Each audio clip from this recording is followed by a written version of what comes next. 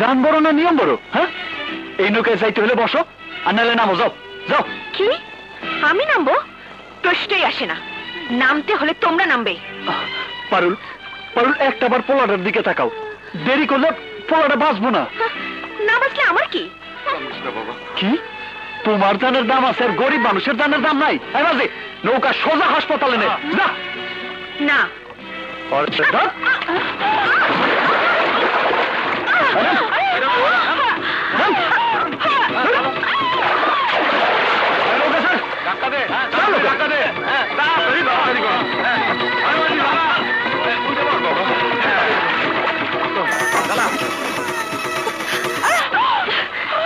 এই অপমানের শোধ যদি আমি না নিতে পারি, তাহলে আমি সৈয়দ বাড়ির মেয়েই না, আমি তোর নামে সালিশ বসাবো।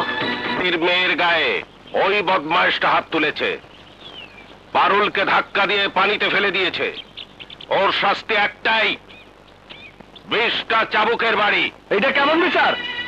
পানিতে ধাক্কা দিয়ে ফেলাইছি বলে আপনারা সবাই আমার বিচার করতেছেন, আর সৈয়দ বাড়ির মাইয়া যে মানুষ খুন করতে চাইছিল তার কি কোনো বিচার নাই? কি বলতে চাও তুমি? পারুল সৈয়দ বাড়ির মাইয়া বইলা সে নৌকায় উঠলে আর কেউ নৌকায় উঠতে পারবো না। কেন? এই গ্রামের সমস্ত লোকজন কি শিয়াল কুকুর? সৈয়দ পরিবারের মানুষেরা চিরকাল এইভাবেই চলাফেরা করে এবং এটাই নিয়ম। আমি এই নিয়ম মানি না। বিচার যদি আজ করতেই হয় তাহলে আমার সাথে আপনার মাইয়ারও করতে হইব, নাইলে আমি ধরে নিব এই গ্রামের মানুষের বিবেক বইলা কিচ্ছু নাই, কিচ্ছু নাই।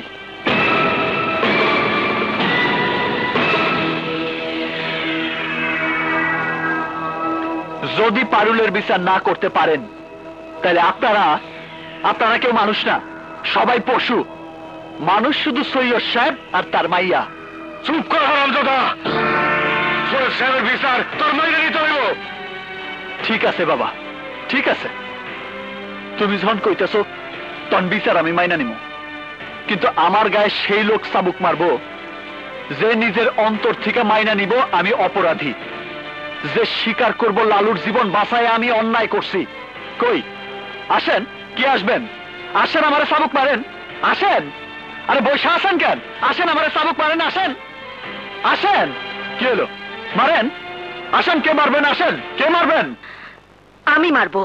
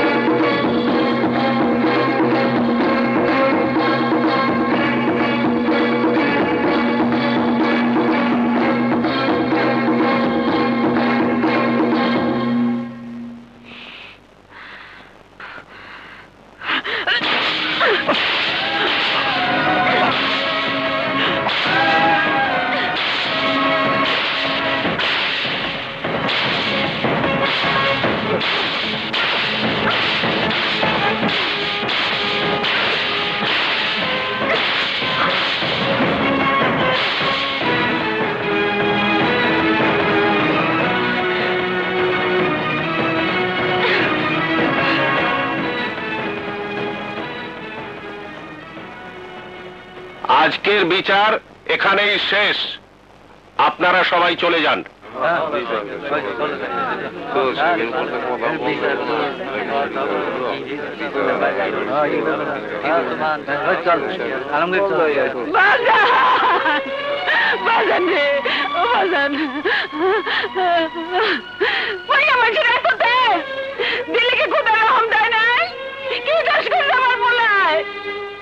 লালুর জান বাঁচাইছে, জান বাঁচার কি অন্যায়?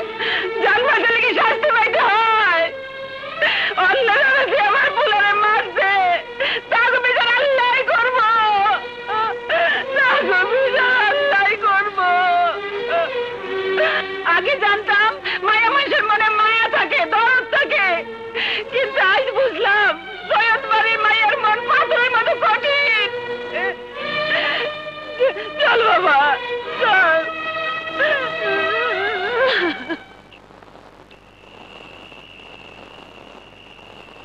আবার পোলাটার দিকে তাকাও, দেরি করলে পোলাটা বাঁচবো না। আমার গায়ে সেই লোক চাবুক মারবো যে নিজের অন্তর থেকে মাইনা নিব আমি অপরাধী, যে স্বীকার করব লালুর জীবন বাঁচায় আমি অন্যায় করছি। মাইয়া মানুষের এত তেজ দিলে কি খোদা রহম দেয় নাই? কি দোষ করছে আমার পোলায়? লালুর জান বাঁচাইছে, জান বাঁচান কি অন্যায়? জান বাঁচাইলে কি ক্ষতি?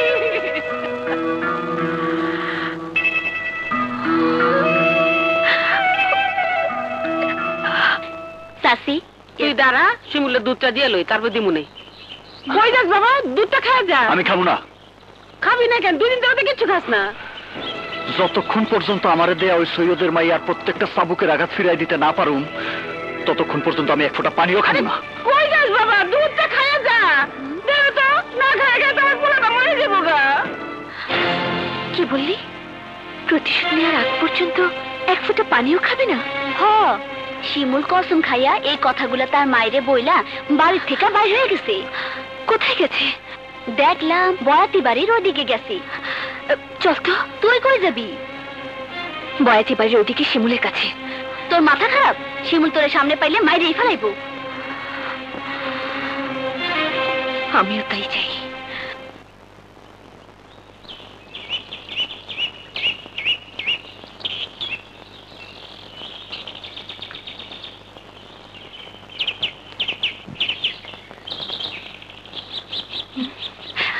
ওই তো শিমুল।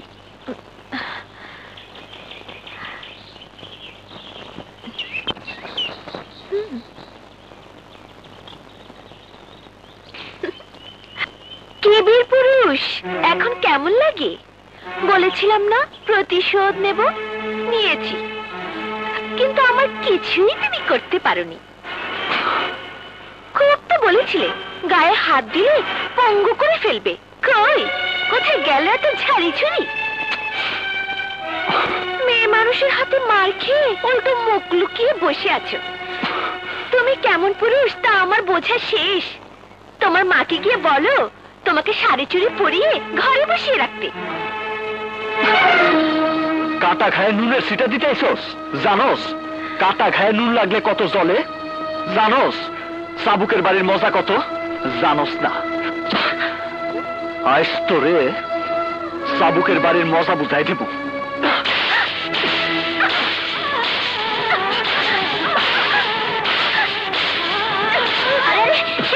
ভালো হবো না কইতাছি। ওরা এতদিন মানুষের পিঠায় সুখ পাইছে, আজ মায়ের খাওয়ানোর সুখটা বুঝতে দে।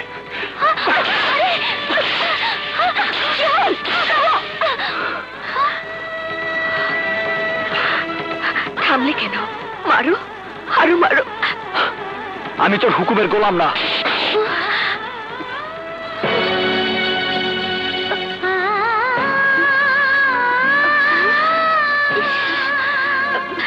সখিনা, আমাকে তোর বাড়িতে নিয়ে চল।